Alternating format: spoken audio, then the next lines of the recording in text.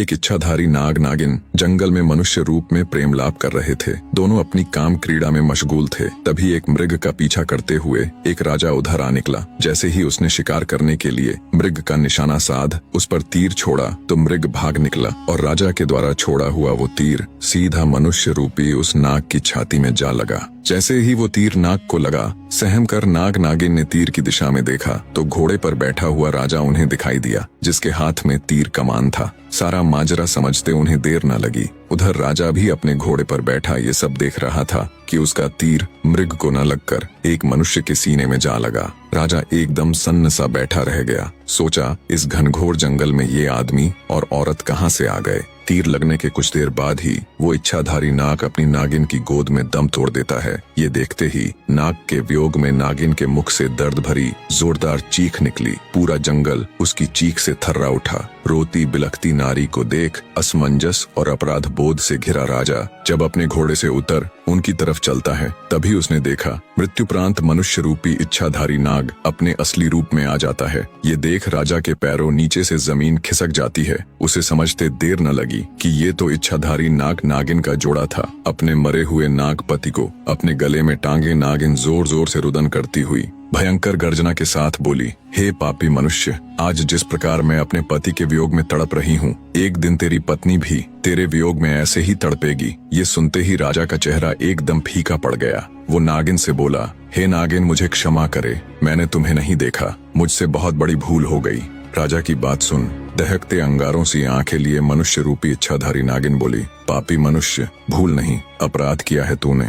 हत्यारा है तू मेरे पति का, जिसके लिए मैं तुझे क्षमा नहीं बल्कि मृत्यु दंड दूंगी। मैं अपने मरे हुए पति की कसम खाकर ये प्रण करती हूँ कि आज से ठीक 9 दिन बाद नाग पंचमी के दिन मैं तुम्हें 10 कर अपने पति का बदला पूरा करूंगी।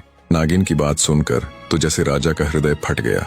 बेचारा बेबस राजा अत्यंत भरे हृदय से राजमहल की तरफ चल पड़ता है। जब राजा राजमहल गया और रानी ने उसका उतरा हुआ चेहरा देखा तो वो भी उसे देख चिंतित हो उठी। रानी बोली, क्या हुआ महाराज, आप जब से शिकार से वापस आए हैं तब से आपका चेहरा बिल्कुल उतरा हुआ है। ऐसा क्या हुआ महाराज, मुझे बताए। तब राजा रानी के सामने जंगल में हुई पूरी घटना कह सुनाता है। सारी बात सुन रानी भी सन्न रह गई। रानी एक पतिव्रता स्त्री थी। वो बोली, महाराज आप चिंता मत कीजिए, आपको डसने से पहले उस नागिन को मुझे मारना होगा। मेरे रहते मैं आपके ऊपर कोई भी आंच नहीं आने दूंगी। अगले दिन राजा और रानी ने बहुत साधु महात्माओं और विद्वानों से अपनी इस समस्या को साझा किया, पर कहीं से भी उन्हें संतोषजनक हल नहीं मिला। किसी ने कुछ उत्तर दिया तो किसी ने कुछ करने को कहा। इन्हीं सब में 8 दिन गुजर जाते हैं। आज वो 9वां यानी नाग पंचमी का दिन था, जिस दिन वो नागिन राजा को डसने के लिए आने वाली थी। बने रहे। आज इच्छाधारी नागिन के बदले का दिन था। आज वो नागिन राजा को डस कर अपने पति की हत्या का बदला लेने वाली थी। राजमहल में तो जैसे मातम सा पसरा हुआ था।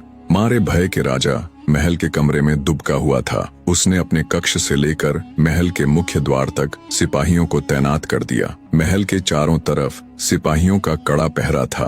तभी भिक्षा के लिए एक सिद्ध महात्मा जी राजमहल पधारे। महल में पसरा हुआ मातम देख जब महात्मा जी ने द्वारपालों से कारण पूछा तो द्वारपाल ने सारा किस्सा महात्मा जी को कह सुनाया। द्वारपाल की बात सुन महात्मा जी बोले, तुम मुझे फौरन अपनी रानी के पास ले चलो। तब एक द्वारपाल अंदर गया और उसने महारानी को बाहर उस महात्मा के आने का किस्सा बताया। द्वारपाल की बात सुन महारानी खुद ही राजमहल के द्वार पर गई और सम्मान पूर्वक महात्मा जी को राजमहल के अंदर ले आई। उन्हें अच्छे से जलपान कराया और हाथ जोड़कर बोली, हे साधु बाबा, आप हमारी विपत्ति से भली भांति परिचित हो चुके हैं, अब आप ही कोई युक्ति बताएं महाराज। महारानी की बात सुन साधु जी बोले, सुनो बेटी, इसका एक उपाय तो है पर पक्का नहीं है कि वो इच्छाधारी नागिन तुम्हारे पति को छोड़ ही देगी। साधु की बात सुन महारानी बोली, कृपया हमें बताए साधु महाराज, वो क्या उपाय है। तब साधु बाबा ने बताना आरंभ किया, सुनो बेटी, सबसे पहले तो ये महल के चारों ओर जो इतना सख्त पहरा है इसे हटवा दो। जितने भी सिपाही राजा की सुरक्षा में तैनात है उन्हें भी वहाँ से हटा दो। साधु जी की ये बात सुन महारानी के मन में सवाल तो पैदा हुआ,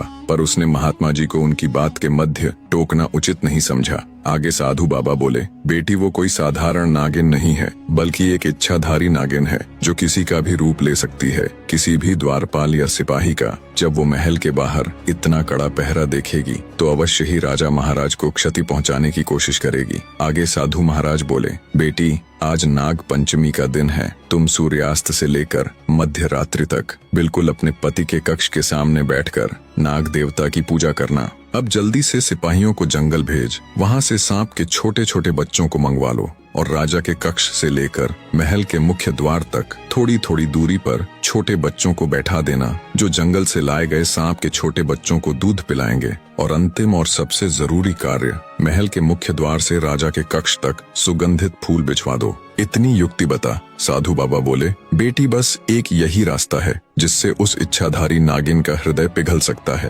कहते हैं बैरी यानी शत्रु का आदर करना चाहिए। इतनी बात बता साधु महाराज महल से चले जाते हैं। रानी ने साधु के बताए अनुसार ही सारी व्यवस्था कर दी। राजा के सुरक्षा में तैनात सभी सैनिकों को हटा दिया। महल के चारों ओर से भी सिपाहियों का पहरा हटवा दिया। राजा कक्ष से लेकर महल के मुख्य द्वार तक ताजे सुगंधित फूल बिछवा दिए और खुद राजा के कक्ष के द्वार पर बैठकर नाग देवता की पूजा करने लगी। जब रात्रि का पहला पहर शुरू हुआ तो वो इच्छाधारी नागिन राजा से अपने पति की हत्या का बदला लेने के लिए आई।